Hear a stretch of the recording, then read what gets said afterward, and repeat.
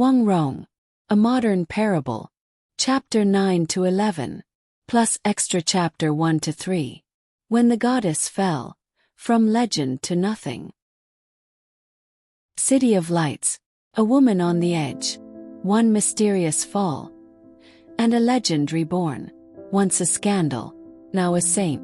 Her image, flawless, her faith unshaken, but behind the miracles lies a choice between mercy and manipulation, between salvation and sin. When a woman plays God, the gods start watching back. Wang Rong, a modern parable, a story of faith, fame and fate, where truth sleeps in dreams, and destiny never plays fair. This story is entirely fictional. All characters, plots and events are the author's creation. Any resemblance to real people or events is purely coincidental. This work is a literary exploration of human nature and social issues, with no intention of alluding to or commenting on any real individuals. Chapter 9. The Legend of the Holy Mother. That night, like countless nights before, Wang Rong was once again praying in the chapel of the Holy Mother's primary school. The statue of the Holy Mother still stood in the Romanesque pavilion, though the small pool at her feet was gone, now replaced by a ring of pure white lilies. Wang Rong herself wore a long white dress.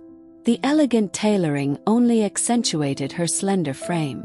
She knelt before the statue, head bowed, hands clasped tightly, eyes shut.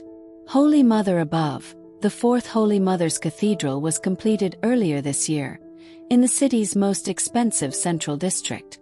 The Holy Mother's High School will begin construction by the end of the year. Wang Rong murmured, reciting her merits before the deity.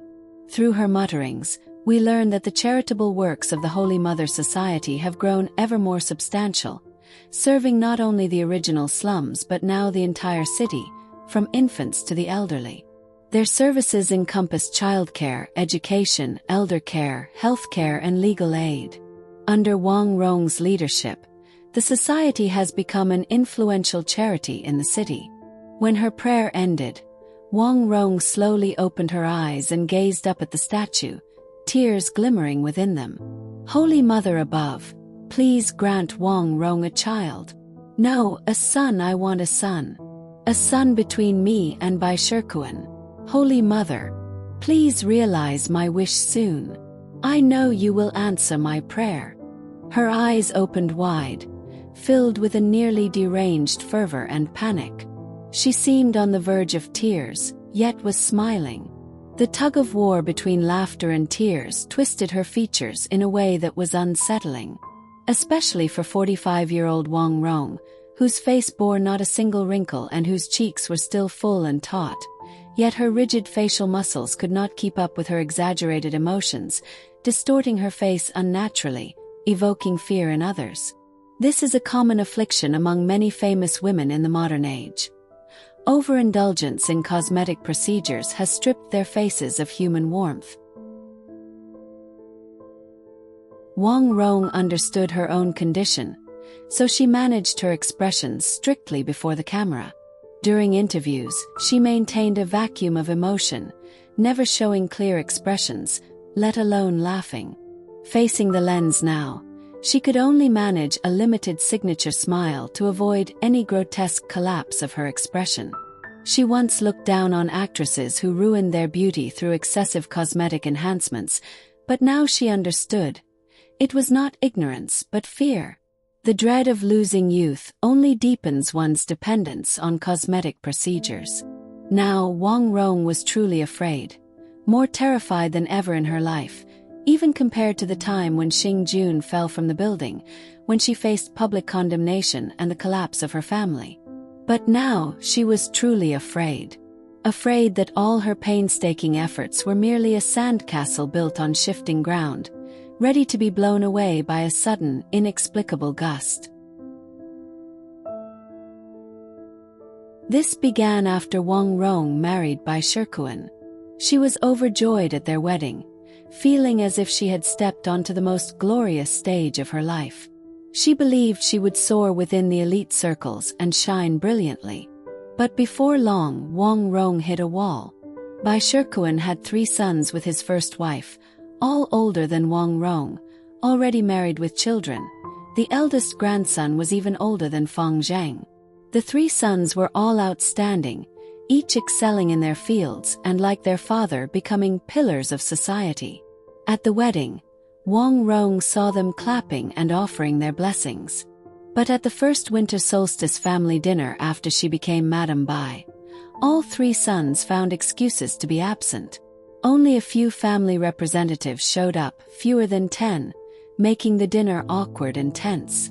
Among the important family members present were 2 wives from distinguished backgrounds and Bai Shikuan's eldest grandson, attending on behalf of his parents. Their attitude toward Wang Rong was polite but distant. The Bai family always valued tradition. On major holidays, the whole family gathered, a spectacle so lively it often made tabloid headlines. It was clear they did not respect her new status. Unable to bear the slight, Wang Rong went to the old master to complain indirectly. To her surprise, the old man did not side with his young wife but scolded her instead. "I told you before, their mothers only just passed. Yuexian's body is barely cold, and you were in a hurry to marry in." Of course Xiaozu, Xiaojun, and Xiaohua harbor resentment. Your insistence brought this on, so how can you now blame me or my sons? This was Bai Shikuan's first rebuke to her. So, the usually assertive Wang Rong found herself like a demure daughter-in-law before the old master, head down, silently taking the blame.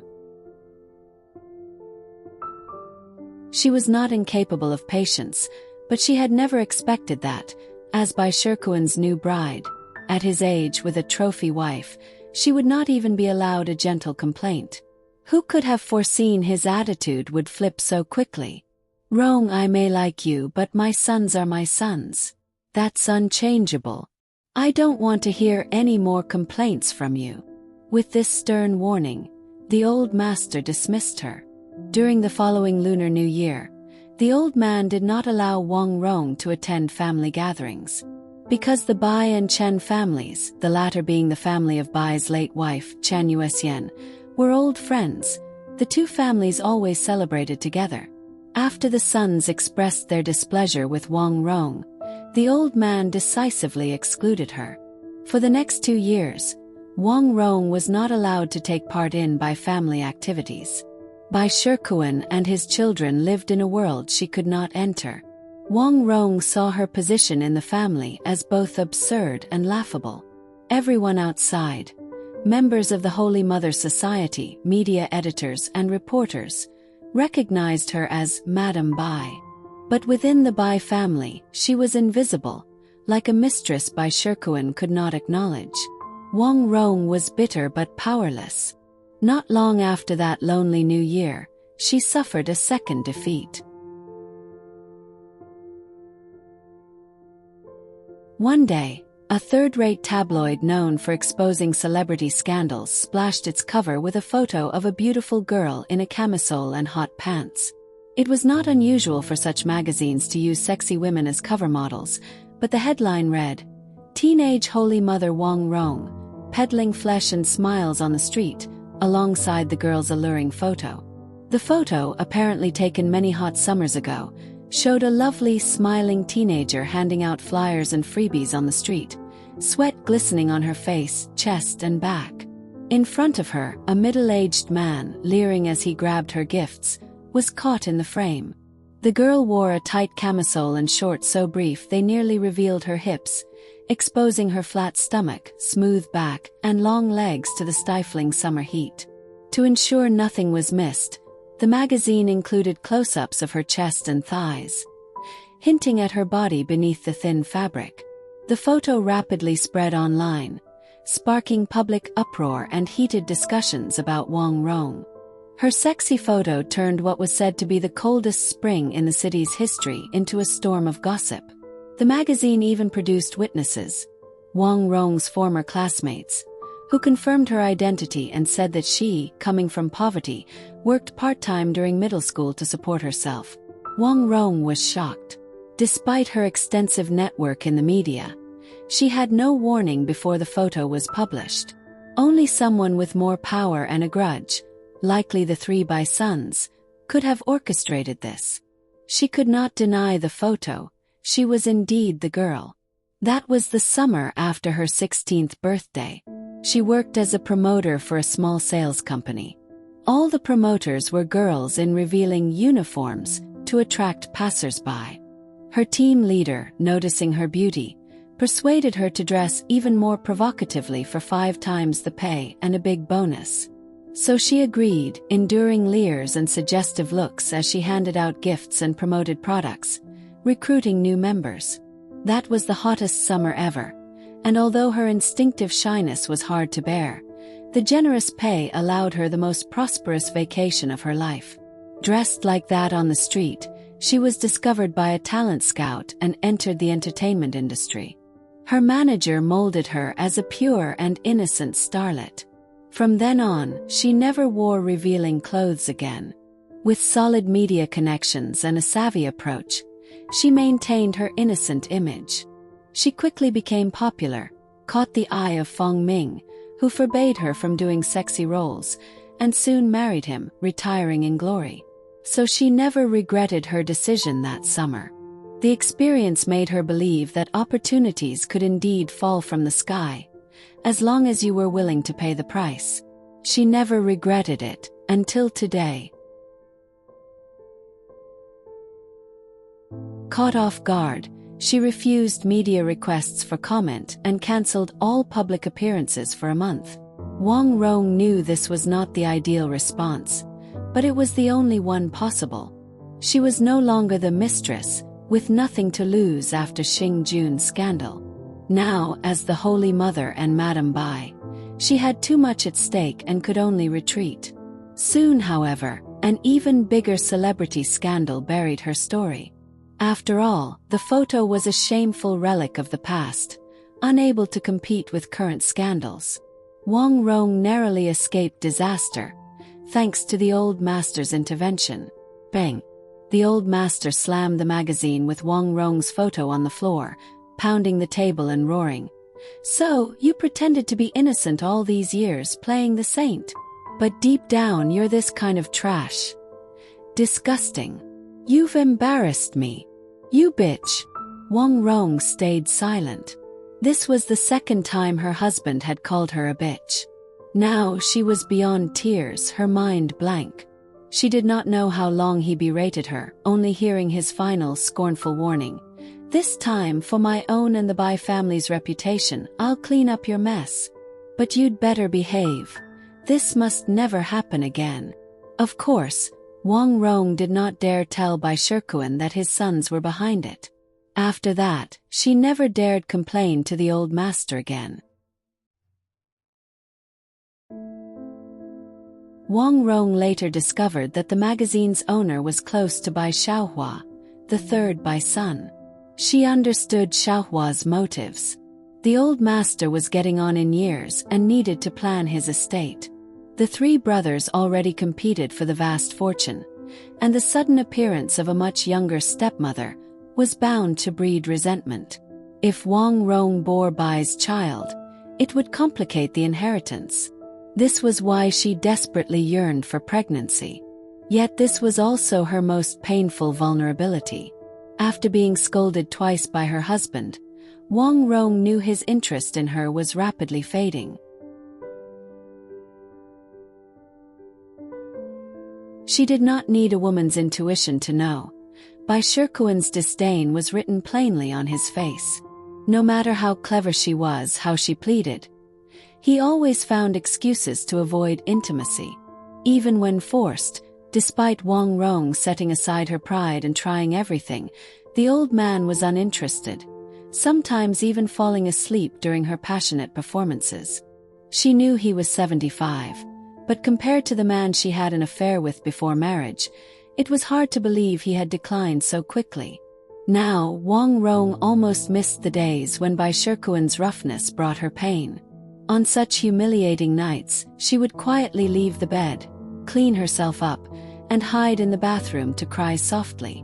She had once begged Fong Ming on her knees, pitifully persuading him to sacrifice his dignity for her, but she dared not play that card with the old master. Because seeing her own tear-stained, stiff face in the mirror, she knew it would no longer stir a man's heart, only provoke laughter. To bear a by-child, Wang Rong tried everything. She set aside her pride not just in bed. On the first day of marriage, she asked Bai Ch1 to let her try artificial insemination. "Let me try.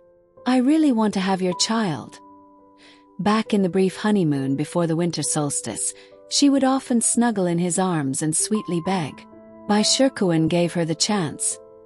He too wanted to experience fatherhood in old age. But Wang Rong, in her 40s, perhaps due to her constitution, failed at several attempts. Repeated failures took a heavy toll, aging her significantly, which led her to rely on cosmetic procedures. Wang Rong understood. Once Bai Ch1 died, she would be an outsider. If he lived long, she needed a child as her only foothold in the family after her looks faded and love waned. The old master's coldness toward the Holy Mother extended from the bedroom to daily life. Aside from attending public events together and feigning affection for the cameras, he never showed her kindness in private. Faced with her physical and mental exhaustion from fertility treatments, he not only showed no concern but mocked her. He often complained her face looked more and more like a zombie, lifeless. It stung all the more coming from a 75-year-old man. Yet Wang Rong had grown numb, accustomed to enduring everything. She knew that as long as there was a glimmer of hope, she could not turn against him, could not give up, not even allow herself to feel wronged. Still, she tried to please her husband, accelerating the relocation and reconstruction of charity buildings in the slums, desperately trying to prove her worth. That night, Wang Rong returned to her quarters in the convent. She sat in a comfortable lounge chair, smoking cigarette after cigarette. She felt this was the starting point of her life, so she wanted to reflect on it here. Though born poor, Wang Rong took pride in her beauty, intelligence, and ambition, which allowed her to stand out. Since girlhood, men had flocked around her, but few caught her interest, as she believed that any man could be hers if she tried. Fong Ming and Xing Jun were the ones she chose and pursued. She once believed there was no adversity she could not overcome. From naive girl to housewife to career woman after Fong Ming's business failed. After Xing Jun's death, she hit rock bottom but seized the chance to rise again, becoming a champion of the people. In a few short years, she married into a wealthy family with a saintly aura. Nowhere in the city was there a woman as legendary as her. She did not think herself a social climber. She worked hard to improve herself. She was not just the Holy Mother but was awarded as one of Asia's top 10 outstanding women, the city's leading female entrepreneur, recipient of civic honors, an honorary doctorate in law, and her management experience with the society was included in university textbooks. The media recognized her as the city's #1 legendary figure. It was with such stature that she married into the Bai family. But within a few years, she realized a cruel truth. All the halos she desperately adorned herself with meant nothing in the face of real aristocracy. Wang Rong stared blankly at the ceiling, exhaling a ring of smoke. She thought of the magazine cover, of her 16-year-old self. With a twisted laugh, she realized she was not the Holy Mother, not a legal goddess, nor an outstanding woman or extraordinary figure. She took another deep drag, slowly exhaled, and watched the smoke drift up and vanish against the ceiling. She smiled absent-mindedly. I am nothing special, just a poor woman from the bottom of society, who once sold her body and dignity for a little money. I am just a woman who struggled upward from poverty, never stopping. Now she finally understood. This was exactly how the old master saw her. Not just him but his sons, their wives and their kind, all saw her the same way. But Wang Rong was more cunning, worked harder, and was more ambitious than other poor girls. So she won more but also lost more. That was all. She always saw herself as someone who grows braver with each setback, never giving up. The first half of her life was a testament to that. So after the scandal broke, she became even more active in social events, seeking exposure, believing that only by taking the initiative could she turn the tide. Wasn't every past victory the result of her taking action? Until she was scolded by the old master again. "You stupid woman. Don't you know you're now the butt of everyone's jokes? Just stay home. Don't embarrass me. Or the Bai family. You're as dumb as a pig. Even a sow can give birth, but you can't lay even an egg." This time Wang Rong could not hold back and burst into tears. "Look at that ugly face. Disgusting." The old master spat one last insult and left her. Her confidence and pride were utterly crushed. The everyone he spoke of was the upper class. No matter how hard she tried, she would never be accepted by them. From then on, she withdrew from society circles, as the old master made them off limits, and she lost heart for the society's work as well. But most importantly, she had a miscarriage.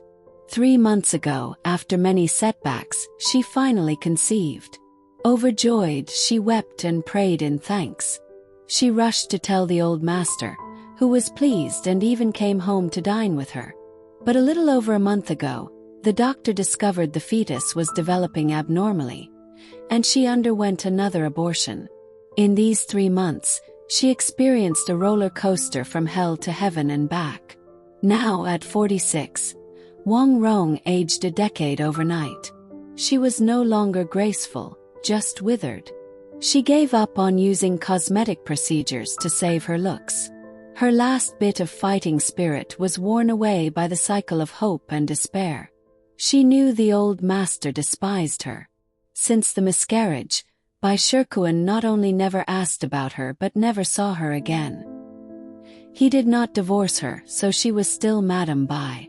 But Wang Rong understood that every day in the Bai family from now on was garbage time, in a war she could never win. Dawn broke, blue light filtering into the dark room.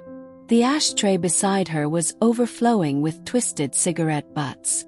Wang Rong lay on the chair, staring coldly at the ashtray. The dozens of butts seemed to come to life under her gaze, writhing and squeezing against each other, as if desperate to escape the cramped tin. She felt those cigarette butts were a reflection of her kind, or her class. Her gaze grew even colder. She sneered at the ugly, worthless stubs. "Hey! I, Wang Rong, am not like you."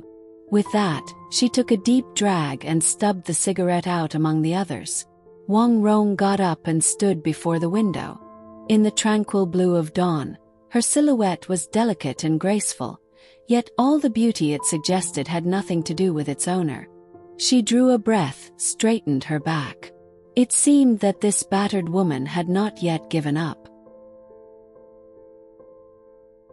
Chapter 10. The Holy Mother Plan. Wang Rong understood, it was all over. She could no longer become pregnant, so only 2 endings awaited her. First, if old Bai did not divorce her, she would continue to wear the title of Madame Bai and play the Holy Mother in public, but in the Bai family, she would be an invisible prisoner. When Ch.9 died, she would have nothing to do with the Bai family, and his 3 sons would drive her out. By then, her Holy Mother halo would surely collapse. Second, if old Bai found her, the Madame Bai who was now less useful than a piece of furniture, to be an eyesore and divorced her, all the funding and connections that the Bai family had invested in the Holy Mother Society would be taken back in one fell swoop. Her halo would shatter even faster. Was there a third way out?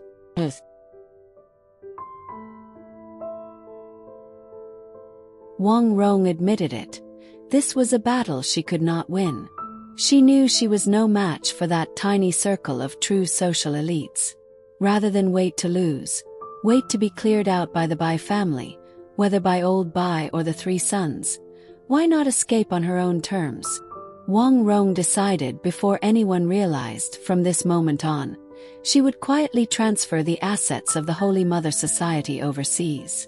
Combined with the wealth she had accumulated over the years, she would have more than enough for a life of luxury abroad. Once everything was arranged, she would disappear for good, never returning to this small city. Yes, Wang Rong no longer wanted to be the Holy Mother. She no longer wanted to be a socialite. Now she found herself returning to that hot summer at 16, back to the girl who wore sexy clothes and flaunted herself on the street. Wang Rong who only wanted money. The sky grew brighter, a beam of morning sunlight piercing through the window, the blue darkness fading as the room became suffused with a warm golden glow. Wang Rong sat at the bedside, picked up the photo frame on the nightstand. In the frame was a picture of her and her young son, Feng Zheng. The photo had been taken by Feng Ming. In it, Wang Rong was 25, Feng Zheng only 5. She held her son on her lap on the grass, both smiling genuinely in the sunlight. She gazed at her younger self in the photo, tears already falling onto it. The person in that photo radiated youth and vitality, her beautiful face showing a hint of a young wife's charm, her eyes pure and happy. Yes, Wang Rong remembered. Back then Feng Ming's career was at its peak, and she felt that as long as he loved her and their adorable son was in her arms, she wanted nothing more. Looking at the silly, smiling child in the photo, Wang Rong realized how long it had been since she saw Feng Zheng, and even longer since she last contacted her son. All this time, in her pursuit of a second son, she had paid no attention to her eldest son's life, or even his survival. Thinking of her son inevitably brought up memories of her ex-husband, Feng Ming. After all, father and son looked so much alike. I wonder how Ming is doing now. Only now did she truly miss Feng Ming. She realized he was the only man who had ever genuinely loved her and given her his heart, even if their souls never truly connected. Wang Rong had long lost contact with her mother. Her mother had attended her wedding to Bai Ch1, but even now, Wang Rong could not understand why her mother had not been as elated as she'd imagined, her expression gloomy throughout. The usually materialistic Mrs. Wang had shown no particular happiness at her daughter's marriage into a wealthy family. After Wang Rong married Feng Ming, he had treated her mother well, giving her enough money for a comfortable old age. Not long after Wang Rong joined the Bai family, her mother left the city, writing to say she had moved to a small Southeast Asian city known as the Pearl of the Orient, and would settle there permanently. Wang Rong wrote to the return address, but received no reply. Their mother-daughter bond ended there. Only now did Wang Rong realize that, aside from her son, she had no other family in the world. Ming, I'm sorry. I'm so sorry. At this, Wang Rong clutched the photo and wept bitterly.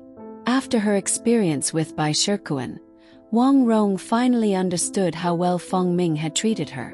She also realized how cruelly she had trampled and hurt him back then, all to preserve herself. No, I must find them again. Determination flashed in her tear-filled eyes. She hadn't forgotten. Her last communication with Feng Ming was a phone call to settle the divorce. She remembered how cold and final his tone had been. She knew Feng Ming had every reason to hate her, but it didn't matter.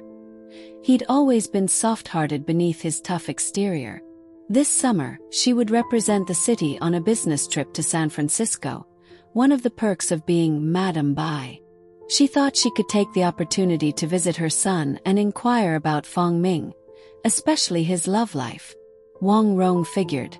Ming was no longer young nor rich, and given how stubborn he was, he couldn't have found someone new so quickly.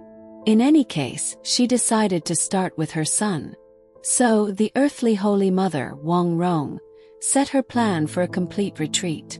Before leaving, she glanced at the small cabinet in the corner of the room, where a foot-tall statue of the Holy Mother stood. Over the years, Wang Rong's story had become city legend. Tales of her childhood wish at the Holy Mother's feet, to marry a rich man, a wish that came true, spread everywhere. In recent years, more and more women had joined the Holy Mother Society, each with dreams like young Wang Rong's. And when the society's star, Wang Rong, married into a wealthy family, it only strengthened these beliefs. In truth, this was one of Wang Rong's publicity strategies. She had quietly spread the rumors herself. Thinking of these women and of her years of devotion to the society, Wang Rong strode over, looked down at the Holy Mother statue with a face full of contempt and resentment, spat at it, then turned proudly away and closed the door behind her. The Holy Mother, thus insulted, still stood in the morning light, hands clasped, a loving smile on her face.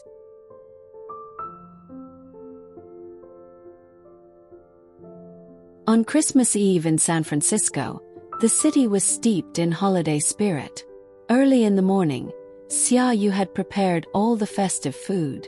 Xia Lixian and Feng Zheng would be home the next day, and she had readied a lavish Christmas dinner. At noon, Feng Ming and Xia Yu rushed downtown to shop at Macy's, returning with a carload of goods. In the evening, the couple went to a high-end Chinese restaurant in Chinatown. Impossible! Xia Yu suddenly exclaimed, staring at her phone. Feng Ming was curious. His wife rarely made a fuss. What's impossible? Xia Yu looked at Feng Ming with a strange expression and pushed her phone over. She had just read an online news article. Super-rich tycoon Bai Shikuan of the eastern city sorrowfully announces that his wife, Bai Wang Rong, recently passed away from acute heart attack at the age of 46.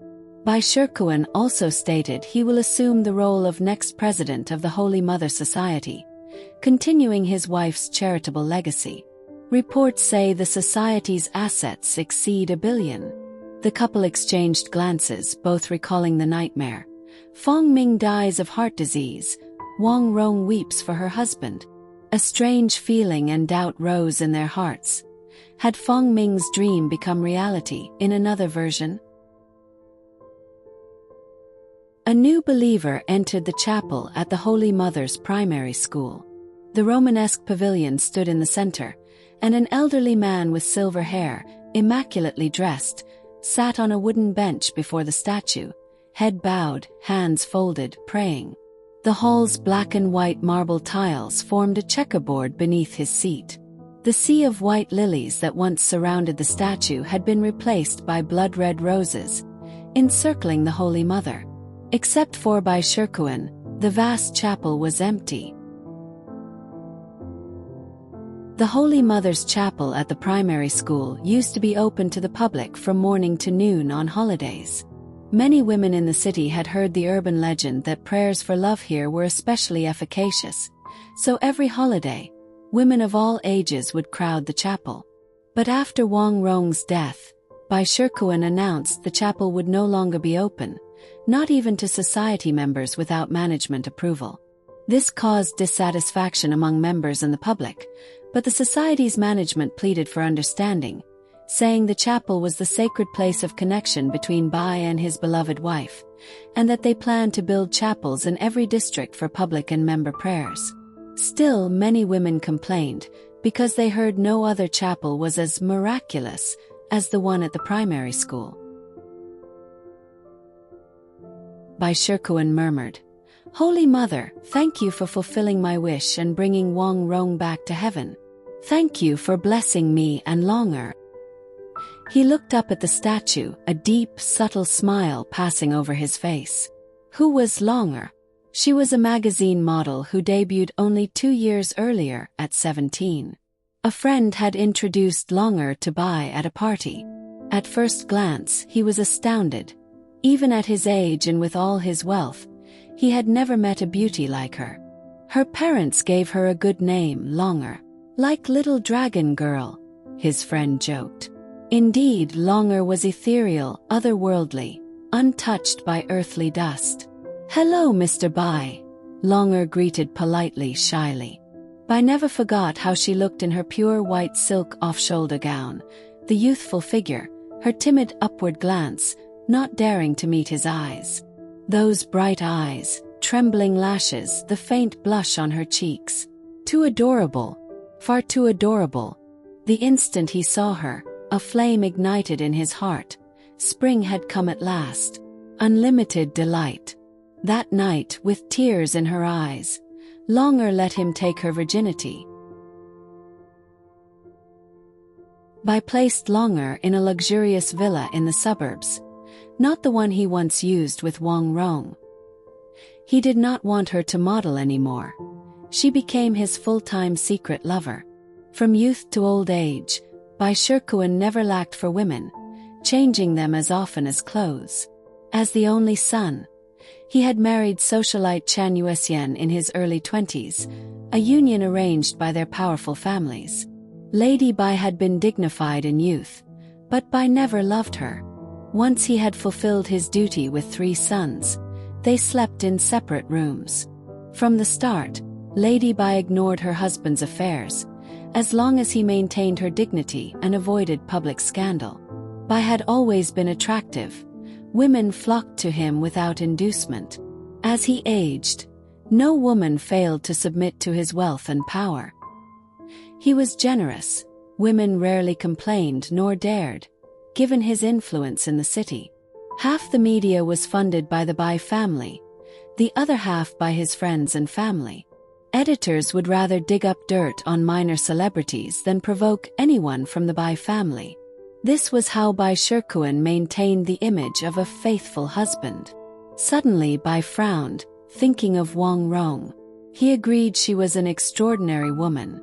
But what amazed him was how quickly he could come to detest a woman he once liked. At a social event, Wang Rong had introduced herself. Bai, of course, knew her. Hailed as the last guardian angel, the new president of the Holy Mother Society at the height of her fame. He genuinely admired her intelligence and capability. To conquer such a woman, to make her submit to his wealth and power, brought him unprecedented excitement. A woman glowing with a holy aura, yet to him, not even worth the prostitutes of her old neighborhood. For this reason, he was particularly rough with Wang Rong. He also noticed her society president status. His redevelopment plans for the slums targeted the society's properties, making her identity doubly useful.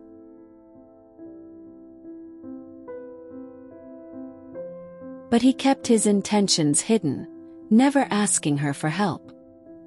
He knew a woman like Wang Rong would offer herself up without being asked. Yet the more she tried to prove her worth, the more he disliked her, for her cunning, ambition, and calculation. These were the very women he despised. And when Wang Rong tried to appear pure and obedient, adoring him, it was simply nauseating. Even worse, she acted her part but expected him to play along as the doting older husband, a grave insult to his intelligence. Bai could never tolerate being insulted by a woman. Thus, that cold winter solstice gathering was a tacitly coordinated attack by father and sons. Still, in the end, he was the one insulted. That photo, the magazine cover of 16-year-old Wang Rong peddling flesh on the street, was a slap in the face. From then on, his hatred for Wang Rong grew.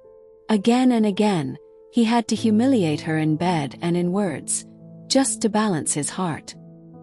He allowed her to try artificial insemination, not believing a woman in her 40s could conceive, but he enjoyed watching her hysteria and desperate struggle. When Wang Rong miscarried, he was relieved. For just before she told him the good news, Longer had revealed she was pregnant, and that was definitely his child. When Longer told him, Bai held her in his arms and felt true joy for the first time in years. He almost divorced Wang Rong on the spot, but her social reputation meant it would harm him and the family. He recalled the miracle of the Holy Mother Society.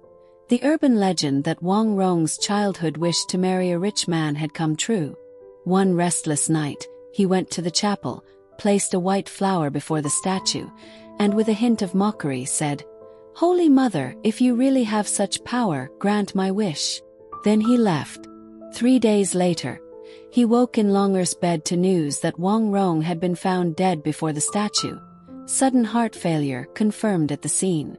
Thinking of this, Bai stood and approached the statue, saying, "Rest assured, as long as I, Bai Ch1, am alive, I will develop the Holy Mother Society into the largest, most influential religious organization in Asia.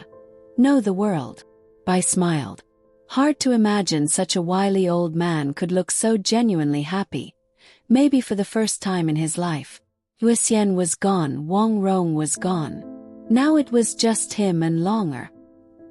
He had decided to register a secret marriage abroad with a girl who looked even younger than her age.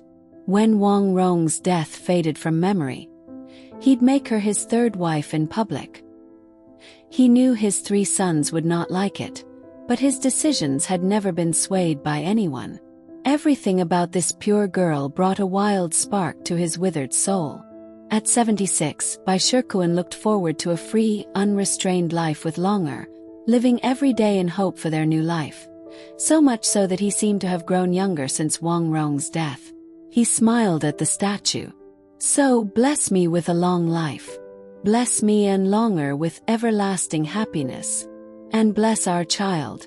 May he be healthy, intelligent, and grow up quickly." Thinking of the child soon to be born, Bai finally understood what happiness felt like.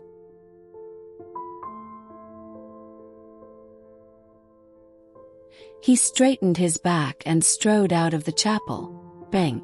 The heavy doors closed, sealing the Holy Mother from the mortal world. After Bai left, the empty chapel was left with only the Holy Mother. Whether at the corner of the schoolyard or in the grand chapel, she stood alone, waiting for the next believer to pray and make a wish. Yet it seemed for a long time to come, Bai Ch1 would be the only one to pray. And the Holy Mother, forever bowing, hands folded, wore a loving smile. But just as the doors closed, perhaps under the reflection of light or candle, a flash seemed to glint in her eyes, then disappeared. Chapter 11. The Holy Mother's Smile. As Bai Ch1 stepped out of the Holy Mother Chapel, he saw not far away old Wong, the janitor, yelling at a young man. "Get lost! This place isn't open to the public. I just want to have a look from the outside. I'm not trying to go in." The young man was tall and strong, his tone calm but resolute. "What's going on?" Bai walked over and asked. Seeing Bai Ch1, old Wong's attitude instantly changed. He explained respectfully, "Mr. Bai, this gentleman." Before old Wong could finish, the young man gave Bai Ch1 a courteous nod. "Mr. Bai, I haven't been back to this city in many years. Since I'm here, I wanted to visit my mother's alma mater. Even though this is a new campus if possible, I'd like to see the Holy Mother whom my mother revered all her life, to see what she really looks like." The young man was polite, neither arrogant nor servile. As Bai looked at him, he already knew. This was Wang Rong's son. The young man's heroic features were identical to those of Wang Rong's ex-husband, Fong Ming, in his youth. Bai had met Fong Ming once years ago at a business event and had a good impression of him. "Hey, I told you no entry to the chapel." Old Wong started again, but Bai interrupted. "It's fine, I'll take him in. You go tend to other matters." Bai dismissed old Wong and led Fong Jing back to the chapel. When the doors opened, Fong Zheng saw a spacious square hall, the floor tiled in black and white like a chessboard, and the Holy Mother enshrined in the center under a Romanesque pavilion, surrounded by a striking sea of red roses. The ceiling was as high as 3 or 4 stories. The walls were paneled in redwood from floor to midway up, with windows only near the ceiling and a skylight in the center, so that, on a fine day, sunlight would stream through and shine directly on the Holy Mother's pavilion. She certainly knew how to create a sense of sanctity, Feng Jing thought. Yet, even during the day, the lighting was insufficient. About a dozen spotlights shone on the statue, but the chapel still felt dim. The space was not just empty, it was almost oppressively dark. Feng Zheng noticed the wooden bench in front of the Holy Mother. Was this where Mother used to sit and pray? Sensing his question, Bai smiled and explained, "That's a new addition." He pointed to the wall behind the statue. "And that painting too." Following Bai's gesture, Feng Zheng circled to the back of the pavilion and stopped, eyes narrowing. It was a mural, a huge mural. The mural dominated the entire wall, its tones so muted it had been almost invisible on entering. The image was simple, a winged youth flying toward the sun with raging waters below.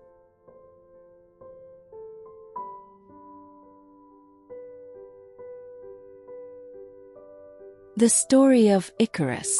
How interesting. Feng Jing smiled wryly. Icarus' wings were made of wax and feathers. Fly too high, the sun would melt the wax; too low, and the sea would wet the feathers.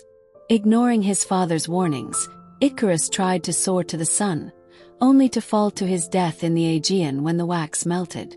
From this painting alone, Feng Zheng could infer that the relationship between this Mr. Bai and his mother had not been close. He could also guess at this old man's attitude toward his second wife. "Tomorrow is your mother's funeral and memorial. I can arrange for you to." Bai began. Wang Rong had wide connections, but the funeral committee found themselves unable to reach any relatives. Mother, son, or even ex-husband. She had no other family. "Thank you, Mr. Bai, but today is my last day in this city. I'll be returning to San Francisco tomorrow." Feng Zheng replied politely. Whether or not I attend doesn't matter much to her. Bai was taken aback, then smiled, his manner as warm as toward a nephew. "Very well. How is your father doing?" "He's well. My father and I live together in San Francisco now. He's quite settled in." Feng Jing smiled too. "That's good." Bai mused for a moment, then asked, "I haven't asked, what's your name?" This young man, dignified, intelligent, thoughtful, honest.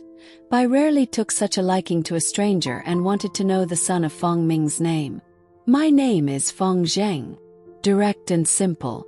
"Feng Zheng. It's a good name. You're a good kid." Bai smiled, unusually kindly. "All right, I'll leave you to it. Take your time. Just close the door when you're done." After Bai left, Feng Zheng stood behind the bench where he usually sat, gazing at the Holy Mother in a daze. He hadn't come back to attend the funeral, but to return the money. Since graduating college and starting work, Wang Rong had still transferred money to him every month. He hadn't refused, knowing this was her way of buying herself peace of mind, and she was not a woman who accepted rejection. He hadn't spent a cent of it. Now that she had returned to the Holy Mother's embrace, he would donate the money to the society as a way of giving it back to her. Feng Zheng had carefully examined photos from all stages of his life.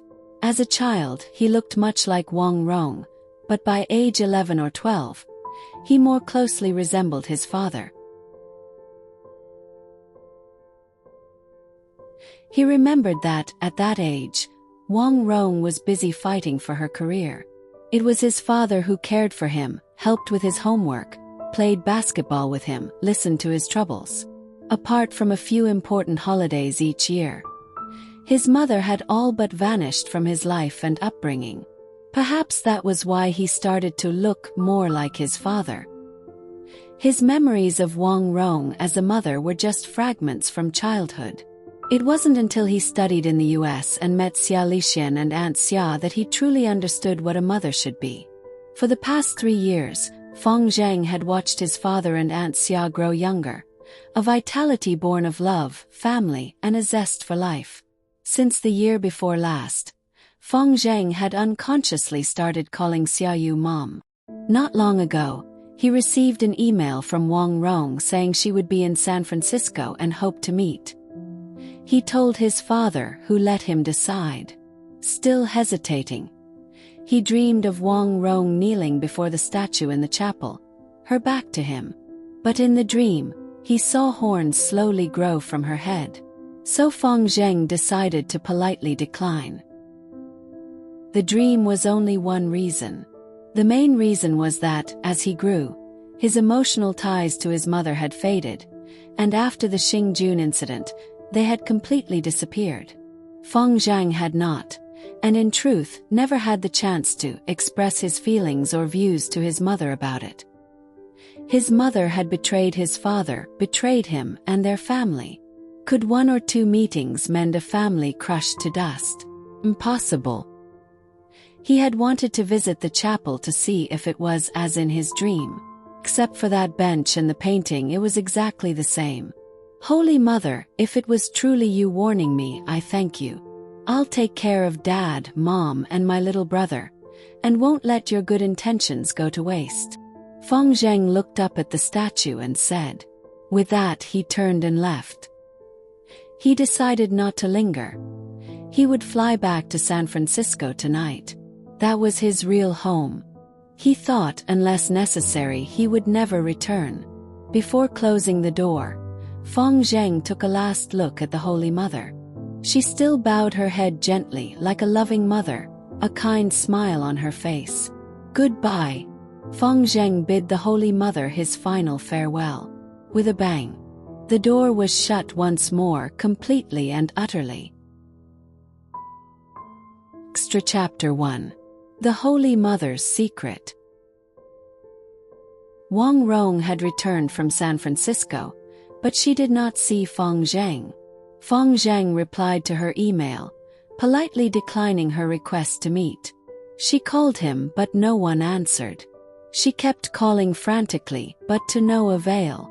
She decided to go to Feng Zheng's place directly, only to find that her son had already moved out of his college residence. This meant she had lost contact with her last family member. If she couldn't find her son, finding Feng Ming was out of the question. She sat alone in her room at the Holy Mother Society convent, dazed on her bed. How could this happen? How can you be so heartless? How could you all do this to me? From outside came the rumble of construction piling and the noise of heavy vehicles. The nearby public hospital and clinic were being demolished, soon to be rebuilt in the new district, thanks to Wang Rong's efforts. In her bewilderment, her gaze fell upon the Holy Mother statue on the small cabinet in the corner. She rushed over, seized the statue, and smashed it to the ground with force. With a bang, the statue shattered. Wang Rong went the whole day without eating or drinking, sitting dazed on her bed. That night, she did not plan to return to the Bai mansion. She was afraid to go back there, to face old Bai or even the Bai family servants, all of whom had seen her being coldly scolded or yelled at by the old master. She knew this was not the time to grieve. She should start moving the society's funds out.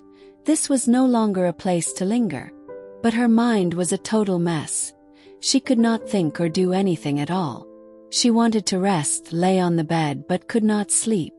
Somehow, the Holy Mother's gentle face appeared in her mind, but it brought no comfort. On the contrary, the more Wang Rong thought of her, the more resentful and indignant she felt. Late at night, she could not restrain herself and drove to the Holy Mother Society Primary School, now relocated to the new district. As a board member, she had keys to every building. She entered the chapel and stared blankly at the Holy Mother in the center. What have I done wrong that you treat me this way? Wang Rong spoke. All these years I've been devoted to you. Why won't you grant my wishes? Wang Rong screamed. When her shouts finally faded, a gentle but hollow female voice sounded from nowhere. Don't be silly. I've always granted your wishes. Wang Rong froze. She stared at the Holy Mother. The Holy Mother winked at her and grinned. The Holy Mother moved. Wang Rong couldn't react.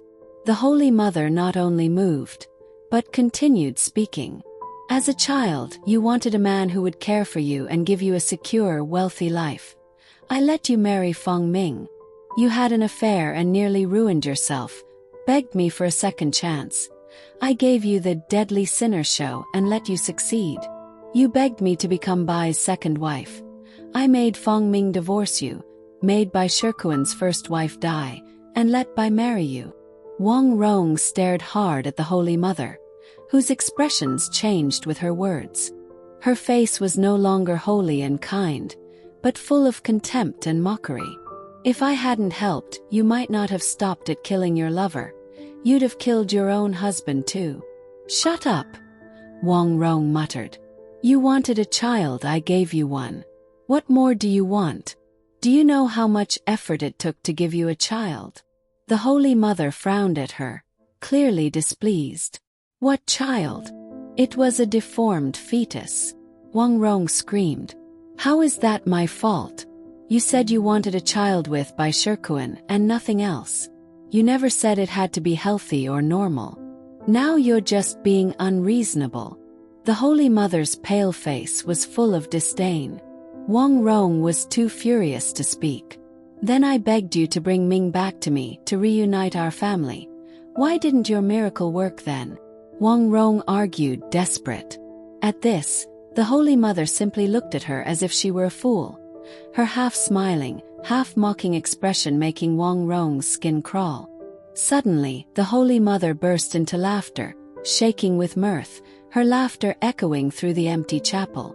When she finally calmed down, she explained slowly. If you got back with Feng Ming, you'd have to divorce Bai Shikuan. Never mind how that would ruin your Holy Mother persona and damage the society's image. If the society lost Bai Shikuan, our biggest patron, it would affect me greatly. Ungrateful slut. You ungrateful bitch.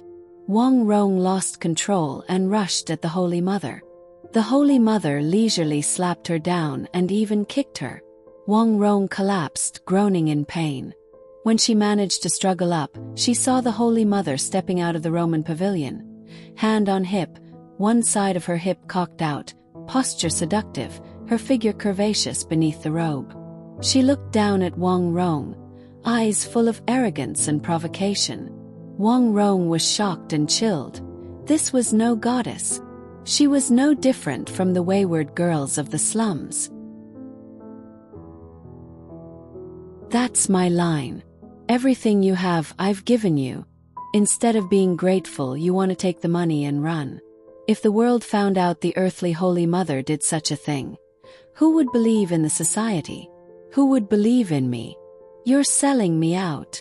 The Holy Mother turned, kicking aside the lilies at her feet, already trampled in the earlier struggle.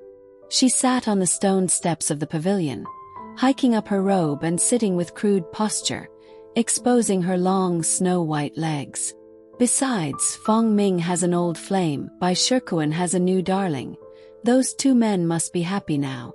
The Holy Mother said mockingly. They don't need you. Your son doesn't need you. And I don't need you anymore either. The Holy Mother looked at Wang Rong, her sweet smile cold. You, what do you mean? Wang Rong's heart sank, a chill running up her spine. Are you going to kill me? Wang Rong's voice trembled uncontrollably. Yes. Bai Shikuan wished for me to remove you so he could be with his new love. So, I suppose, this is the only way.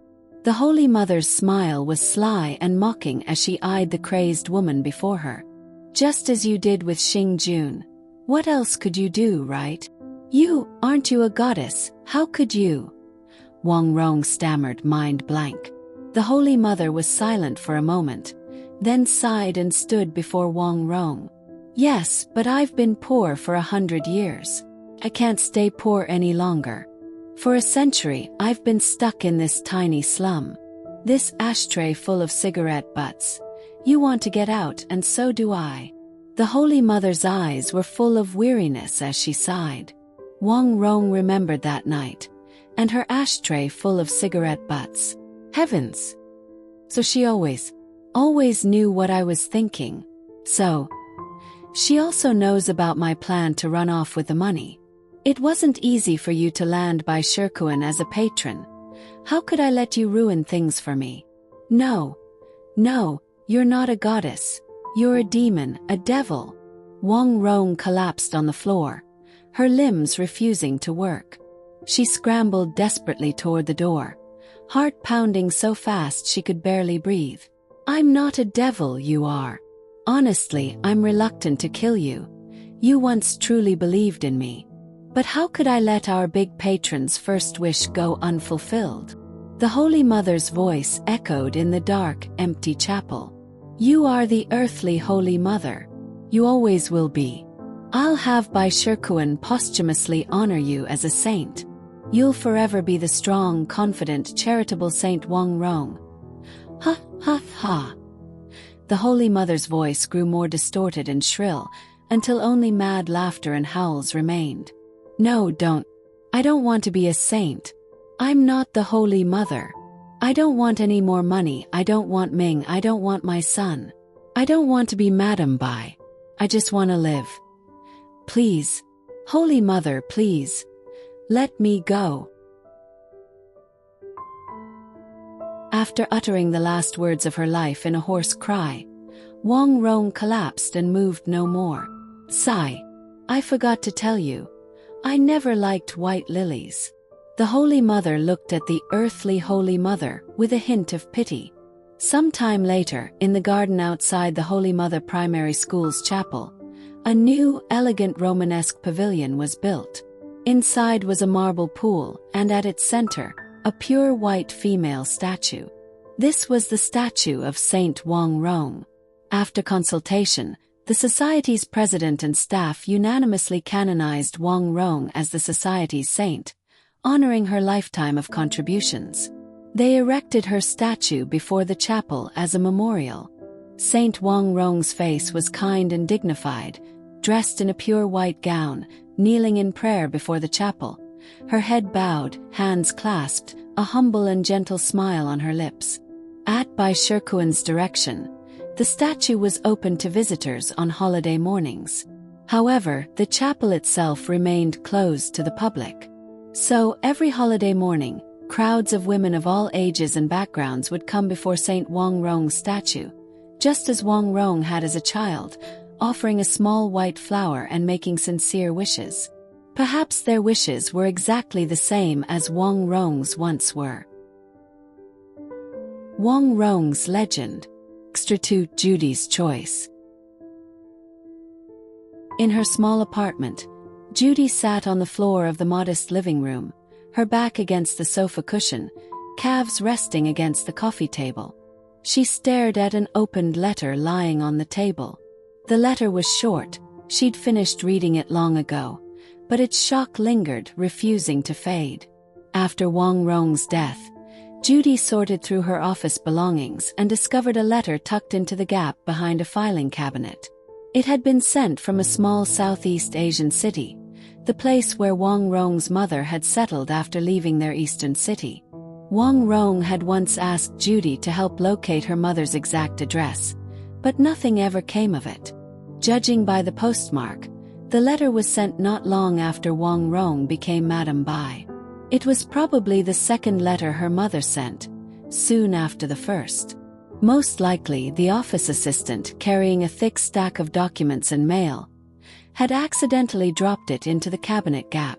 Only when Judy did a thorough cleaning of Wang Rong's office did the letter finally see daylight again. Judy secretly brought the letter home. She was curious. What would a mother, estranged from her daughter and having left for a distant land after her child's rise to prominence, say to her? After all, the intended recipient was already dead, and the letter's contents surely had no value to anyone else. But Judy was wrong, very wrong. Wrong. It took me a long time to muster the courage to write to you again. Our relationship was never good. You hate me, resent me as you should. I know I'm not a good mother.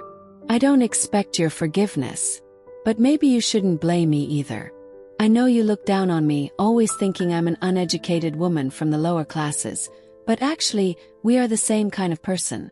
So I know you'll do whatever it takes to have a child with by Ch1, even though neither of you are fit to be parents. I'm writing to tell you, don't do it. Because by Ch1 is actually your biological father.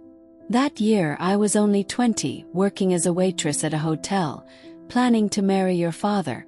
Your supposed father. By Ch1 was 29 then. You can't imagine how attractive, how irresistible he was. A son of a noble family. And he beckoned to a plain waitress like me.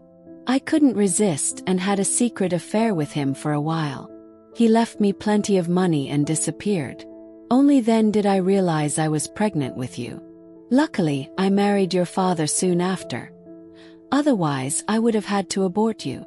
But when you were around 4, he somehow found out you weren't his daughter. He tricked me out of all my money and vanished. Rong, you hate me. I'm not a good mother nor a good woman, but aren't you just like me? Or is it because I'm your mother that you became like me? It doesn't matter anymore. I just want to tell you, you mustn't have a child with by Ch1. Even if you force it and have a deformed child, it will do you no good. You never tell me anything about your life.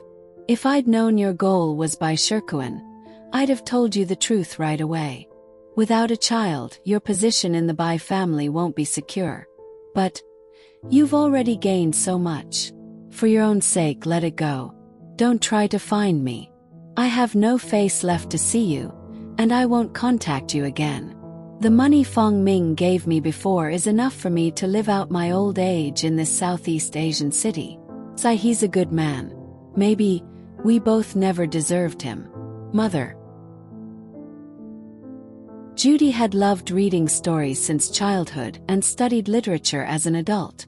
As an orphan, she felt that through stories she could search for what family meant, what parents, siblings, and love were. But she had never imagined a mother-daughter relationship like Wang Rong's and her mother's. Now that she knew this shocking truth, what could she do? Judy never considered using it to blackmail by Ch1. She was just an ordinary citizen. Even with an earth-shattering secret, she could not shake old Bai in the slightest. Bai Ch1 was not someone she could afford to provoke. Judy lay back on the sofa, staring at the ceiling.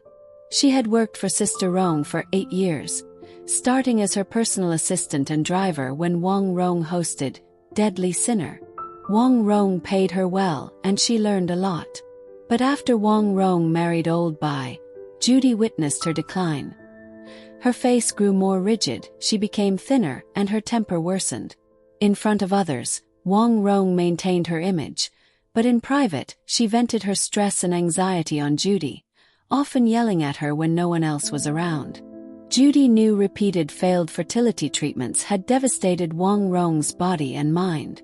She was no longer the beautiful, confident, cheerful, clever, and driven host from before, but a pathological gambler refusing to leave a losing game. Judy had wanted to resign for a long time, but she knew too many of Wang Rong's secrets. She feared Wang Rong wouldn't let her go easily. Now that Wang Rong was gone, it was a relief for Judy. One day, Bai Ch1 sat at his desk, staring solemnly at 2 letters. One was the letter from Wang Rong's mother to Wang Rong, which revealed that Wang Rong was his biological daughter.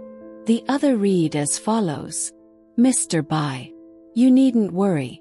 I don't intend to blackmail you. I am merely a messenger of the truth. Now you know the truth. You may be wondering who I am, and perhaps you've already guessed.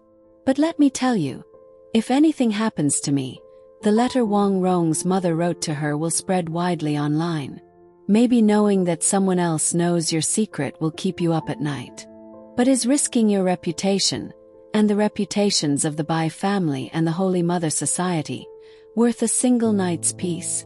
I think you know what choice to make. The mysterious 1-inch. Lying on the sofa, Judy couldn't help but laugh imagining old Bai's expression as he read the letter. But then she thought, since the letter was sent to Wang Rong, who would be in charge of her private correspondence? Old Bai would easily suspect her. If old Bai realized she held his secret, even if he did nothing because of her threat, why should she live haunted by anxiety for the rest of her life? Besides, Judy reflected, Wang Rong, always healthy, had suddenly dropped dead in front of the Holy Mother statue. Maybe the Holy Mother really was helping old Bai. Forget it. Their entanglements had nothing to do with her. Why get involved in something so dangerous and so unprofitable? Decision made. Judy took out a lighter, brought the letter to the balcony, and burned it. Night had fallen. Outside, thousands of lights sparkled. A gentle night breeze rose, and all grudges and secrets drifted away with the ashes, carried far into the night. Wang Rong's story ends here. So was her life her own choice, or was it fate's choice? What do you think? Wang Rong's legend, Ch.3. The past of Wang Rong's mother.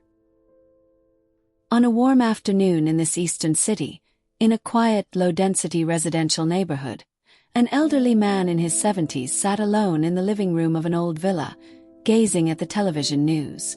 This morning around 8 a.m., Holy Mother Society chairperson Wang Rong was found dead in the chapel of Holy Mother Society Primary School. She was pronounced dead at the scene, with preliminary findings pointing to acute heart attack as the cause. The old man took a sip of hot tea, let out a low sigh and muttered, "As it should be. How could such a marriage, so full of resentment and sin, ever end well?" He slowly rose and walked into the garden, stretching his limbs in the gentle afternoon sunlight. After a while, his gaze fell upon a pot of purple orchids in the garden. The setting sun cast a soft glow over the blooming flowers, delicate and silent. I wonder how Alan would feel if she knew her daughter's fate. There was neither sadness nor joy in the old man's heart, but he did feel a touch of curiosity. Wang Ma's real name was Alan, and the old man had once been her husband. His name was Wang Hui. Wang Hui's parents ran a small grocery store, but he became an auto mechanic, drawn to cars and machines from a young age. In those days, young people liked to party, and it was at a dance that he met Wang Ma. In her youth, Wang Ma was beautiful and charming, while Wang Hui was honest and plain. He was smitten at first sight, and the two young hearts quickly fell in love, soon talking of marriage. Wang Ma came from an impoverished family, just her mother and an elder sister whose husband worked far away. Though Wang Hui's family was not wealthy, they were better off than hers. Wang Hui's parents didn't approve of the match, not because Alan was poor, but because of her striking beauty, sharp gaze, and untamed ambition. They worried their honest son would not be able to handle such a wife, especially since she worked in a hotel and was far more worldly than most working-class girls. But parents cannot sway sons deeply in love, and so they could only accept it. Wang Hui and Wang Ma married quickly, and soon after had Wang Rong. Not long after Wang Rong's birth, Alan even used up her savings to help her husband acquire an auto shop, making Wang Hui his own boss. Wang Hui's parents were surprised that their poor daughter-in-law had such savings, but began to look at her differently. They hadn't thought much of the marriage, but now saw Alan as good fortune for their son. Until one day, Alan dragged 4-year-old Wang Rong to their little grocery store, crying in front of it. Her husband, Wang Hui, had disappeared. He'd said he was visiting friends out of town and should have returned last week, but never did. At the auto shop, she learned it had been sold off, so she brought her daughter to her in-laws. Wang Hui's parents gave Alan some emergency money to tide her over and told her to go home and care for her daughter while they looked for news of their son, since he hadn't contacted them either. When Alan returned with her daughter the second time, she found the place deserted. The grocery store had a "for lease" sign on it. Everything, like her marriage, ended abruptly with no explanation. "Hey Alan, did you think I was fooled all along? I knew she wasn't mine, she's by Shirkuan's." Wang Hui's gaze on the orchid turned somber. "That hotel you two hooked up in. Its manager was my uncle. Bet you didn't know that. And your hotel supervisor. He was my uncle's friend. Through his uncle, Wang Hui learned Alan had a bad reputation, using her looks to flirt with wealthy and attractive guests, brazenly seducing them. That supervisor had even been planning to fire her. This just proves man proposes, but heaven disposes, Wang Hui said, gripping an orchid petal tightly until it tore. Even after learning his fiancée's betrayal, Wang Hui, torn by jealousy and anger, still married Alan. She was simply too beautiful for him to let go, and he'd already told friends and family, invitations and banquets all arranged. How could he back out? Was he to publicly expose his fiancée's affair? Even as a child, Wang Rong was a beautiful girl, looking nothing like Wang Hui, which made him uneasy. After Alan gave birth to Wang Rong, she never had another child. Wang Hui and his parents wanted a son to carry on the family name. So Wang Hui went to a doctor, who revealed the cruel truth. He was infertile. That meant Wang Rong was definitely by Ch1's child. Wang Hui considered forgiving her.